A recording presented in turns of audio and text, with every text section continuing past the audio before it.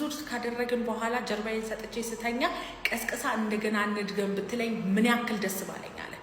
ልክ እንደጨረሳችሁ ለሁለተኛ ዙር ዝግጁነት ልታጡ ወይም ብልታችሁ እንዲፈሰፈስ የሚያደርገው ሆርሞን የሚለቀቁት ሆርሞኖች እንቅልፍ እንዲላችሁ የረካችሁ እንዲመስላችሁ እንዲደክማችሁ ነው ያደርገው። ጀርባችሁን ሰጣችሁ ተኛችሁ ማለት ደግሞ ተሸነፋችሁለት።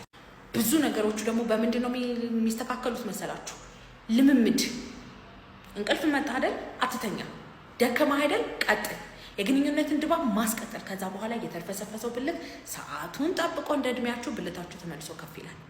ለዛ ነው እሱ ከተኛ በኋላ እሷ ተተኛለች። ከዛ በኋላ እሱ ሌሊት ብልቱ ይቆማል።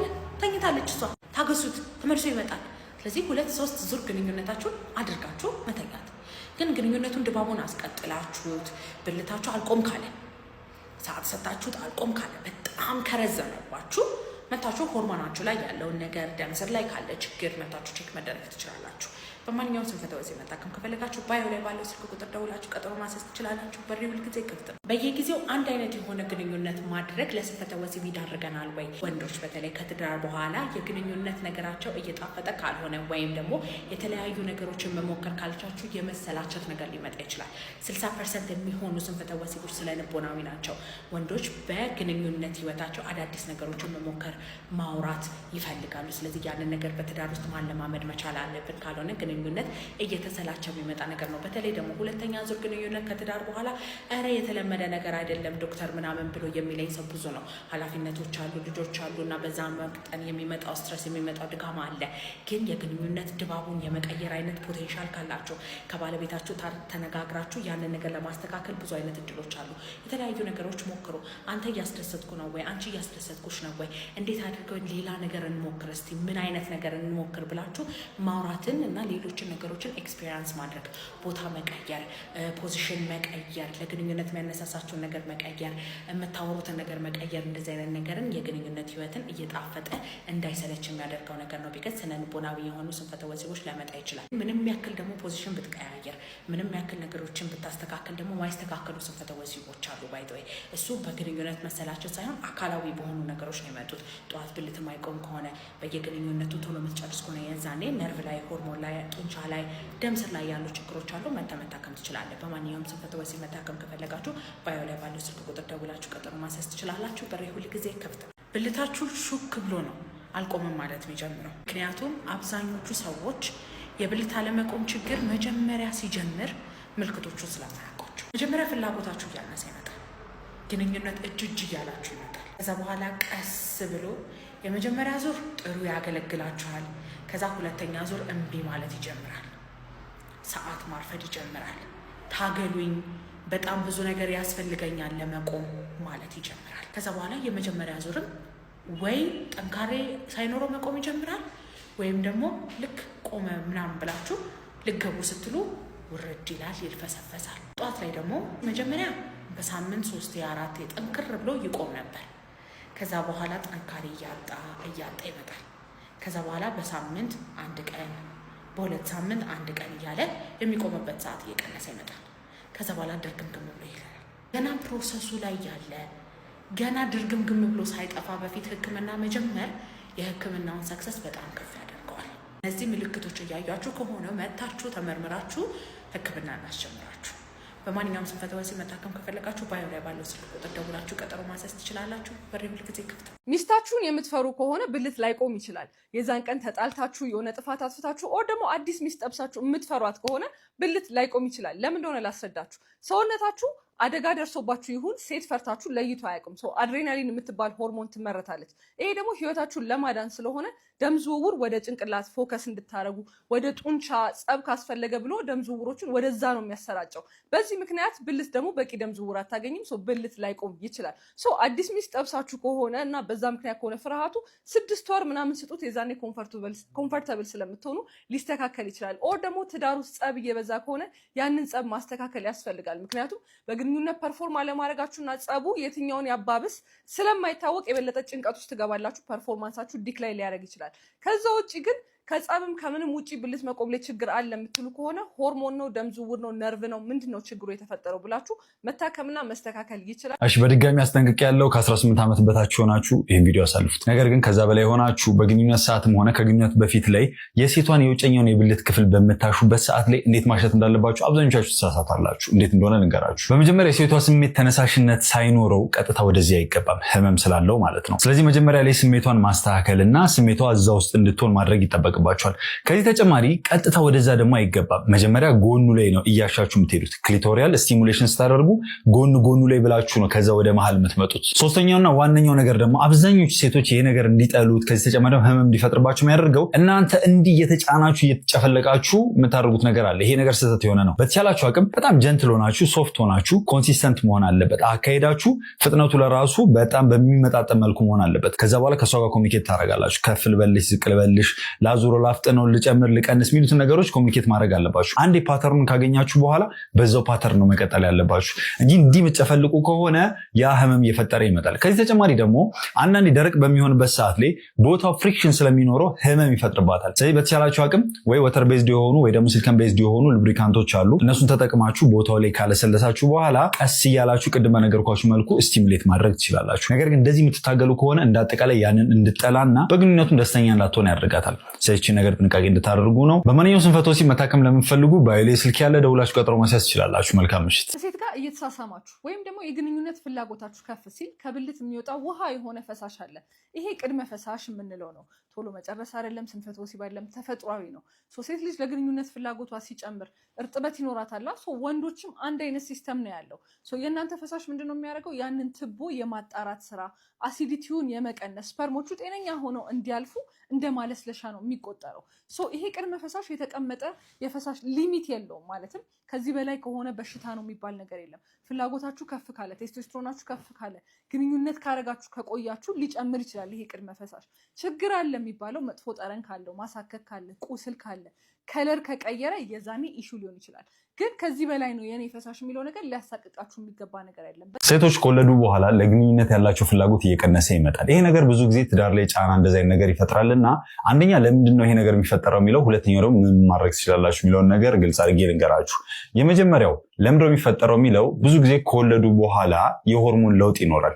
ኤስትሮጅንና ፕሮጀስትሮን የምንላቸው ይወርዳሉ። ፕሮላክቲን የምንለው ደግሞ እናትየው የምታጠባ በሚሆንበት ሰዓት ላይ ያ በጣም ከፍ ይላል። ያ ደግሞ የስሜት መነሳሳትን እየቀነሰ ይመጣል። ከዚህ ተጨማሪ ደግሞ ከወሊድ በኋላ ልጁን ማሳደጉም የመሳሰሉት ጫናዎች እንቅልፍ ማጣትን ይፈጥራሉ እና እነኚህ ችግሮች ይፈጠራሉና ወንዶች በተቻላቸው አቅም ሴቷ በበቂ ሁኔታ እንቅልፍ እንድታገኝ ማድረግ መቻል አለባችሁ። ሰውነቷ ለራሱ ሪከቨር እንዲያደርግ ጊዜ መስጠት መቻል አለባችሁ። ስለዚህ እነኚህ ነገሮች የምታስተካክሉ ከሆነና ሆርሞኑም እየተስተካከለ በሚመጣበት ሰዓት ላይ ከጊዜ በኋላ እየተስተካከለ ይመጣል። ወደ ድሮ አቋሟ ግንኙነት ፍላጎቷም እየጨመረ ይመጣል። ስለዚህ ይህን ነገር ታሳቢ አድርጋችሁ መንቀሳቀስ አለባችሁ። ጫና አትፍጠሩባት፣ አትታገሉ፣ አታስቸግሯት። ከዚህ ተጨማሪ ደግሞ ውስጧም እንዲደብራትና ያ ነገር እንድጠላው እንዳታደርጓት። ይህን ነገር እንድትረዱት ነው። በማንኛውም ስንፈተ ወሲብ መታከም ፈልጉ ከሆነ ስልኬ ባዮ ላይ ያለ ደውላችሁ ቀጠሮ ማስያዝ ትችላላችሁ። መልካም ምሽት። የብልት አለመቆም ችግር ስንል ባይዘው ሙሉ ለሙሉ አለመነሳት ብቻ ሳይሆን ተነስቶም ከዛ በኋላ መልፈስፈስ ሚኖር ከሆነ እንዲሁም ደግሞ ልክ ተነስቶ ወደ ሴቷ ብልት ውስጥ ሲጠጋም ሳይገባ በፊት የሚደክም ከሆነ ከገባ በኋላም ደግሞ ኢሬክሽንን ወይም የቆመውን ነገር አስጠብቃችሁ እስከ መጨረሻ ድረስ መቀጠል የማትችሉም ከሆነ እነዚህ እንደየደረጃቸው ይለያያሉ እንጂ የብልት አለመቆም ችግር ውስጥ የሚካተቱ ናቸው ማለት ነው። ስለዚህ እንደዚህ አይነት ነገሮችን እያያችሁ ከ6 ወር በላይ ከቆየና አብዛኛው ግንኙነታችሁ ላይ በእንደዚህ የምትቸገሩ ከሆነ ወይም ሙሉ ለሙሉ አልቆም የሚል ከሆነ ወይም ደግሞ የቆመ ቶሎ የሚፈሰፈስ አይነት ነገር ከሆነ ሕክምና ያስፈልገዋል ማለት ነው። በማንኛውም ስንፈተ ወሲብ ዙሪያ መታከም የምትፈልጉ ከሆነ ባዮ ላይ ባለው ስልክ እየደወላችሁ ቀጠሮ በማስያዝ መምጣት ትችላላችሁ። ዶክተር ቤቴል ነኝ። ባይ። ለሰርግ ቀን አስቆርጦ የመስክ ፎቶ ተነስቶ እኛንም ለሚዜነት አሽቶ ሱፍ መርጠን ቁጭ ብለን የሰርጉን ቀን እየተጠባበቅን ባለበት ሰዓት ሐሳቡን ቀይሮ ከጮኛው ስልኩን አጥፍቶ ጠፋ። የዛለት ማታውኑ በጣም ብዙ ሰዓት ተከራከርን። ማናደደኝ ያው እኔና እሱ ከልጅነት እስከ እውቀት የምንተዋወቅ ጓደኛሞች ነን። ተቷቱተን አንታቷው፣ ተሰዳድበንም ተደባድበንም ቢሆን አንራራቅ። ብዙ ጊዜዎች ያልተግባባንባቸው፣ ያልተስማማንባቸው፣ የተጣላንባቸው ነገሮች አጋጥመውናል። እነዛን ሁሉ ነገር ዛሬ ተጣልተን ነገ ተገናኝተን ፈተናቸዋል። ይህም ከዛ የተለየ አልነበረም። ይቺ ዲያስፖራ ልትመጣ ነው የተባለችው ፍቅረኛው ከ5 ዓመታት በፊት የሚያውቃት ሴት ናት።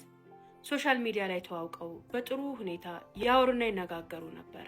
በአካል ባያያትም ባያገኛትም እንደሚያፈቅራትና እንደሚወዳት ይነግረኝ ነበር። ለሷ ከነበረው ፍቅርና መውደድ በላይ ግን እዛ ሀገር ሄዶ መኖርን ይፈልጋል። ከተዋወቁ ጊዜ ጀምሮ በየአመቱ አሁን እመጣለሁ፣ እንጋባለን፣ ይዤ እሄዳለሁ፣ አሁን እመጣለሁ፣ እንጋባለን፣ ይዤ እሄዳለሁ እያለችው አመት በመጣ ቁጥር 5 ዓመታትን አስቆጥሯል። የሆነ አመት ላይ ግን መደወሏን መገናኘታቸውን እርግፍ አድርጋ ተወቹ። በዚህ መሃል ነበረ ይቺን ሊያገባት የተዘጋጀውን ፍቅረኛውን አግኝቶ አመት እንኳን ባልሞላ ጊዜ ውስጥ ለጋብቻ ተጫጭተው ወደ ገደለው የገቡት።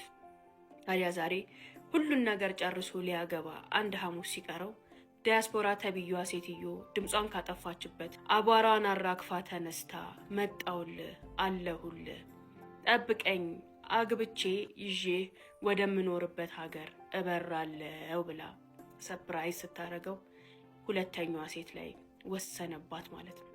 የሆነ ይሁን የመንጣው ይምጣ፣ የምመርጠው ዲያስፖራዋን ነው አለ።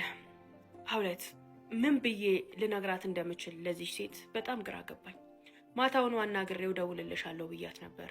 ከሱ ጋር ተጣልተን ጥሎኝ ከሄደ በኋላ ትንሽ እንደቆየን ደወለችልኝ። ምን ሆነህ ነው? አንተ ራሱ እኮ እንደሱ ሆንክብኝ። ቅድም ደውላለሁ ብለኸኝ አልደወልክም። አሁንም አግኝቼው ደውልልሻለሁ ቤቱ ሄጄ ያገኘዋለሁ ብለኸኝ አልደወልክልኝም። በሰላም ነው? የተፈጠረ ነገር አለ? የሆነው ነገር ካለ ንገረኝ አለች። ምንም የሆነው ነገር የለም፣ በጣም ደህና ነው። ትንሽ እናቱን ጫን ብሏቸው እሳቸውን ትሪት እያደረገ ስለሆነ ነው አልኳት።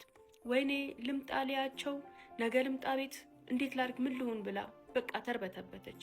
ጭንቅ አላት። ያለ ክፉ የሚሰጥ ነው ምናምን አለችኝ። አየዛን ያለ ክፉ የሚሰጥ አይደለም። ያው እሱን ታውቂው የለ በእናቱ በጣም ሴንሲቲቭ ነው እና ትንሽ ጭንቀትም አይችልም። በጣም ደህና ናቸው። ትንሽዬ ግፊት ነገር አለችባቸው። ከፍ ስላለችባቸው ካጠገባቸው መለየት ስላልፈለገ ነው። አሁን ቤት ብትመጪ ደግሞ ቤተሰቡም አይን አውጣ ነው የሚልሽ። ገና አልተጋባችሁ፣ ሽማግሌ ነው የተላከው። አያውቁሽ፣ አታውቂያቸው። እንደው ዘው ብለሽ ቤታቸው ብትመጪ አያሳፍርም አልኳት። እሱም እውነትን ነው፣ ያሳፍራል። ታዲያ ለምን ስልክ አያነሳልኝም? ቢያንስ ስልክ እንዲያነሳልኝ ወይ እንዲደውልልኝ ንገረው አለችኝ። አዎ ደውልላታለሁ ብሎኝ ነበረ፣ ግን በቃ አሁን ስለመሸ ደብሮት ይሆናል። ለማንኛውም ያለውን ነገር አሳውቅሻለሁ፣ አንቺ አትጨናነቂ ብዬ ስልኩን ዘጋሁት። ሀውለት ለሱ እኔ ተጨነኩ። ልቤ ባፌ ልትወጣ ደረሰች። በጣም ግራ ገባኝ። የዛ ዕለት አደርን። በጠዋት ተነስቼ ወደ ቤት ሄድኩኝ። በተኛበት አገኘሁት። ምንም ነገር እንዳልተፈጠረ ብድግ አለ፣ ተነሳ። እቤት ውስጥ እህቱ ቁርስ አመጣችልን። ቁርሳችንን በላን። ቁጭ እንዳልን አንተ ሰው እስኪ ያስብበት ይሄን ነገር ምን እያደረክ እንደሆነ ግን ታውቀዋል? ትልቅ ግፍ ነው እየሰራህ ያለኸው አልኩት። ምን ግፍ ነው የምትለኝ? በቃ ምን ችግር አለው? ሽማግሌ ነው የተላኩ፣ ፎቶን የተነሳ ነው፣ ሌላው ነገር ይሰረዛል አለኝ። እሺ ንገራት፣ በቃ እንደዛ ሆንኩኝ፣ እንዲህ ነገር አጋጠመኝ ብለህ ቢያንስ ንገራት አልኩት። በፍጹም አልነግራትም ማለት። እሺ እንደዚሁ ገስት አድርገህ ነው የምትተዋት? በቃ እንደዚሁ ስልክህን አጥፍተህ ጠፍተህ ነው የምትቀረው ወይስ ምን ልታደርግ ነው ያሰብከው? አንተ ንገራት አለኝ። እኔ ያልኩት አዎ በቃ ሁሉንም ነገር አንተ ንገራት። የረዥም ዓመት ፍቅረኛው ነበረች፣ ውጭ ነበር የምትኖረው። ልትመጣ ነው፣ ሊነግርሽ ፈርቶ ነው ያለው ነገር ያ ነው በላት። እኔማ ይህን ነገር በፍጹም ልነግራት አልችልም። እንዴት ብዬ ነው ልነግራት የምችለው? በእኔ እንዴት ያምራል? ፍቅረኛዋ እኮ አንተ ነህ። በቃ እውነቱን ልታስረዳት ልታባብላት ሞክረህ ሞራሏን በጠበቀ መንገድ እንኳን ተዋት አልኩት። በፍጹም አለኝ። ጓደኛዬን አውቀዋለሁ። በቃ ካለ አለ ነው። በጣም ድርቅ ያለ ደረቅ ሰው ነው። ልቡ ላይ የሆነች ነገር ካለች ያችን ነገር ሸርሽሮ ወደ ሌላ ነገር ለመሄድ ማንም አያሳምነውም። እኔ አልነግራትም አልኩት። በቃ አትንገራት። እኔም አልነግራትም። እሺ ቢያንስ በስልክ አውራት። አላወራትም እና እንደውም ከዚህ በኋላ ስልኳን ብሎክ ነው ማደርገው አለኝ። እቤት ልምጣ እያለች እኮ ነው። ቤተሰቡን ሳትተዋወቅ ቤት ብትመጪ ይደብራል ብዬ ነው ያስቆምኳት አልኩት። ከፈለገች ትምጣ፣ እናቴ እንድትነግራት አደርጋለሁ ብሎኝ ቁጭ አለ። ሀውለት በቃ በጣም ተናደድኩኝ። ብመታው ብደበድበው ደስ ይለኝ ነበር። ያንተ ድርቅና ደግሞ ምንም በቃ ለዛ የለውም አይደል? ምንም ስርዓትም የሌለው ነገር ነው የምታደርገው። ምን አይነት አመለካከት ነው? ምን አይነት አስተሳሰብ ነው? ነገ በእህት የሚደርስ ነገር እኮ ነው። እናት አለ እህት አለ አይደል? እንዴት እንደዚህ ታደርጋለህ አልኩት። እንዴ ምን ነው ተደረብክላት? ወድሃታል እንዴ? አፍቅረሃታል እንዴ? ከወደድካት ካፈቀርካት ፈቅጄልሃለሁ አግባት አለኝ። ሁለት እንደዛ ሲለኝ ደግሞ በቃ ራሴ መቆጣጠር አቃተኝ። ብችልማ እሺ ብትለኝ አገባት ነበር አልኩት። ይኸው ብሎ ምሎ ፈቅጄልሃለሁ አግባት እንደውም ገላግለኝ አለኝ። በዚህ ተጣልተን ተሰዳድበን ተለያየን። ከተለያየን በኋላ አታርፍ ልቧ ተንጠልጥሏል። አሁንም ደወለችልኝ። አልደወለልኝም እኮ አልነገርከውም ወይስ ምን ሆኖ ነው? በጣም ተጨነኩኝ። ምንድነው እየተፈጠረ ያለው ነገር? የሆነ የወሻይ ነገር እንዳለ ይሰማኛል አለች። ይኸውልሽ የሆነ የተፈጠረ ነገር አለ። ለማንኛውም ነገ እንገናኝ አልኳት። ዛሬን ሳላገኘ እውነታውን ሳላቅ አላድርም ዛሬውኑ አለች። እኔ ደግሞ ዛሬ አይመቸኝም፣ ላገኝሽ አልችልም። በጣም ከባባድ ስራዎች አሉብኝ። ዛሬ ማታ ከአዲስ አበባ የሚያስወጣኝ ስራ አለ። ከዛ ከተመለስኩኝ በኋላ አገኝሻለሁ። እሱ ለምንድን ነው ማያናግረኝ? ምንድነው የተፈጠረው ነገር? የዛለት በፍቅር በሰላም ነው ፎቶአችንን ተነስተን የተለያየ ነው። ምንም የተፈጠረ ነገር የለም። ምንድነው የሆነው? እሱ ለምንድን ነው ማያወራኝ አለች። አላቅም ብቻ እሱ ለምን እንደማያወራሽም የተፈጠረውንም ነገር እኔ እንድነግርሽ የምትፈልጊ ከሆነ 1-3 ቀን እንድትሰጪኝ ይፈልጋሉ አልኳት። አንተ እንድትነግረኝ ፈልጌ አይደለም፣ ቢያንስ እንዲያናግረኝ አድርገው። ጭራሽ አሁን እኮ ስልኩንም መጀመሪያ አያነሳም ነበር፣ አሁን ግን ጭራሽ ብሎክ አድርጎኛል። እኔን ነገር ተቋቁሜ መቆየት አልችልም። ቤተሰቡን ቤት ሄጄ ቢሆን አገኘዋለሁ አለች። ይኸውልሽ እኔ የምትሰሚኝ ከሆነ እኔ ምልሽን አድርጊ። ቤተሰቡ ጋርም አትሂጂ፣ እሱንም ለማግኘት አትሞክሪ። ከፈለገ እራሱ መጥቶ ያገኝሻል። እሱ መጥቶ ካላገኘሽ ደግሞ 2 ቀን ስጪኝ፣ ሁሉንም ነገር እኔ አስረዳሻለሁ አልኳት። 2 ቀን ሙሉ መታገስ አልችልም አለች። በቃ እኔ ይሄንን ነው ማድረግ የምችለው፣ ከዚህ በኋላ የፈለገሽን ማድረግ ትችያለሽ ብዬ ስልኩን ዘጋሁት።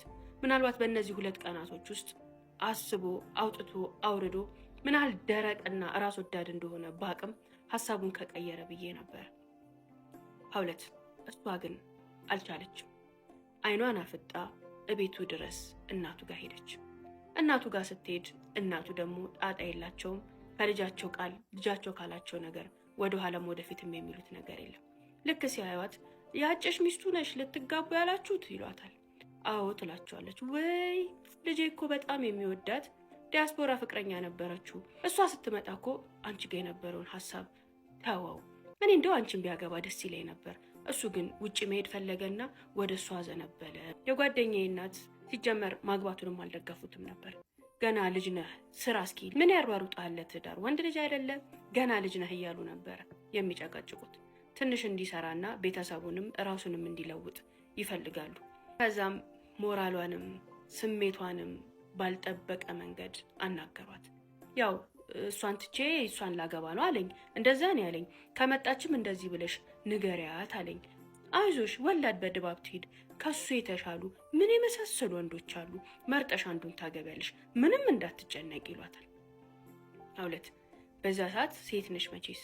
አንዲት ሴት እንደዚህ አይነት ውርደት እንደዚህ አይነት ነገር በሰርጓ ማግስት ሲነገራት ምን ሊሰማት እንደሚችል እሷን ሆኜ እኔ ልነግርሽ አልችልም።